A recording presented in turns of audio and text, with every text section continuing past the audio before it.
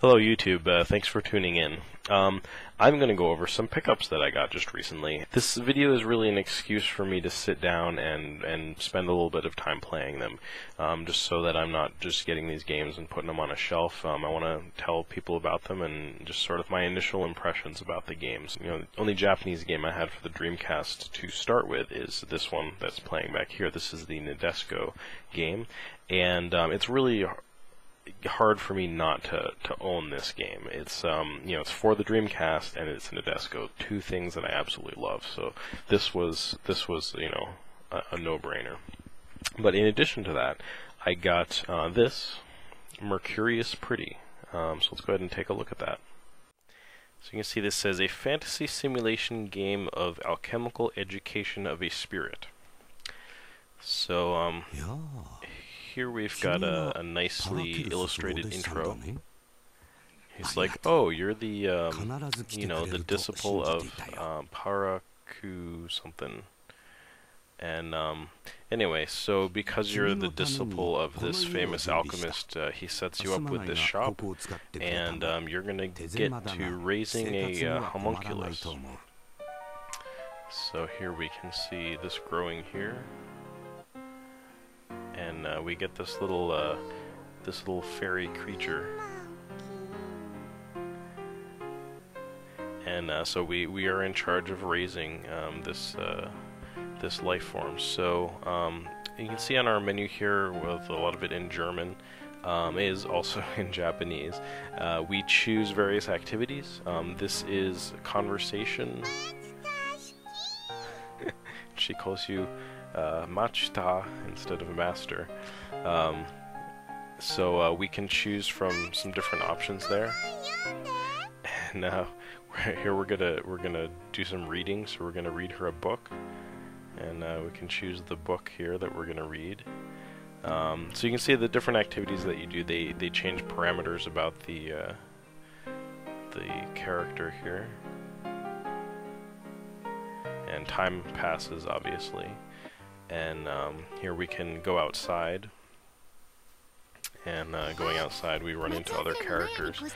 So this looks like a pretty interesting game. Obviously a raising simulation along the lines of Princess Maker or that kind of thing, but an interesting pickup here. Next we have Sunrise Eiyutan. So this seems like one of those games that brings together characters from a whole bunch of different series, but in this case, all of those series are Gundam series from Sunrise Animation. So here we have what I assume is our sister waking us up, since she's going, "Oni-chan, time to get up." So here our sister wakes us up, and we're going to go out and save the universe. So here we're going to three-choice segment our way to a ship. And once we get to that ship and choose the right things, we can fly off into the sky and get involved in some strategic air combat battles. So this looks like some pretty cool territory that we're treading here.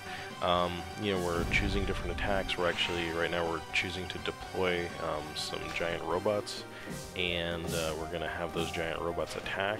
And my fear with these sort of games is I'm always wondering, gosh, am I going to be able to figure out the battle system and stuff? But I kind of muddled my way through this, and I started to pick up the flow of battle here a little bit. So you're managing action points, and you're just whittling down your enemy. Here I was able to defeat this ship. So, no idea how this game really is in the long run, but it looks pretty promising so far. So, cool little pickup. Next up is Web Mystery, Yochimu wo Miru Neko. So that's something along the lines of like the cat that foretells the future, has dreams that foretell the future. And, it starts off with this guy going into this awesome looking internet cafe. I mean, look at this. I mean, in Japan they do not screw around with this stuff. You go in there and it's like it's full bar. This is top shelf right here. So you can see that this plays through as sort of text and images. You have this kind of visual novel. It's got the cool sort of stylistic vertical Japanese text. And man, this game, it really, it just brings me back. It reminds me of in the 90s when the internet was new, and it was just this really new thing. So, you know, you go in, you check your email at this place, and obviously you have not learned at this point that not to click on those links in that email. So it sends you to this sketchy web page. You see this video of this, you know, looks like this dead guy, or this guy dying, being killed here. And I love this part too. This girl like hands you this physical disc, you know. So this game looks really promising. I think this was kind of an early sort of mystery, creepy visual novel sort of game. I also picked up July. The plastic is like tinted, and then it's got a it's sort of like a metallic printing on here, which is pretty neat. So this game has a really interesting visual style. On a spectrum, it's more towards realistic, and it gives it this really sort of distinctive, just this off look. Like this, it looks odd. So right here from the beginning of the game, you can choose one of two characters to play as. So we're going to start as Makoto here. In the 7th of July of 1999. That was a big thing, you know, the change of the century to 1999 is when everything happens. And so another thing with dreams, I don't know what it is with these creepy games having these sort of precognitive dreams, but this is just this dark, desolate atmosphere to it. And you know, here's where that art style comes in again too. You have I love this point of view shot. Like there's something just really striking about this. It like, not only does it look like you're, you know, being woken up and she's kind of pissed off, but like something looks fundamentally disturbing about it. So you can see here we have a choice right off, and choices seem really big in this game. You have tons of choices, and then there's also this grid where you can like choose where you're gonna go, which I think is pretty cool. We were just talking about how we were going to be late for school, so here we are. We will go to school. But again, you know, this really desolate, really creepy looking stuff. And I don't know what it is, but every time you're having an inner monologue, you are not wearing a shirt. I don't know if you are actually just walking around without a shirt on, or if that's sort of more a representation of your inner self. I'm not really sure, but here we have a choice segment again, so lots of choices, really interesting looking game. I also got Canaria kono Omoi o Autan ni Nosete. So this is a game that Hunex was involved in, and I had high hopes for this, but they must be like a publisher or something like that, because it was a different developer than First Kiss Story. Here you can see, I don't know, the artist that drew this seems like they never attended a figure drawing class or something. There's something very odd with the figure drawn here for your sister, but from what I gather, you've moved out of Tokyo. I'm not quite sure where to. You're just moving in, you know, your sister is coming in and bugging you in your room. You guys are going to eat dinner together here, and yeah, that's about it. I mean, I played this game for like 20 minutes, and not a whole lot happened so far, so it hasn't really gripped me. A little disappointed so far, but I think it's promising. You know, there's some decent music, and I'm assuming that the story has something to it. Here we can see a choice, and this is obviously a timed choice, so we're gonna pick, you know, yeah, I get it, you know, you want something, that's the only reason she came to come help you out. So I'm gonna, you know, keep going with this game, see how it is. And continuing on, it's Quiz Amagamisama. And here's another game that can't help but be disappointing, but I actually really like how this game starts out and sort of how it plays with the 3D to it. It's simple, kind of primitive 3D, you know, it's sort of old Dreamcast 3D, and but I really like how they took the Amagatus universe and they really did the 3D with like the 2D character portraits and stuff like that. It feels very Dreamcast and very kind of old, nostalgic. It's cool. I really enjoy it.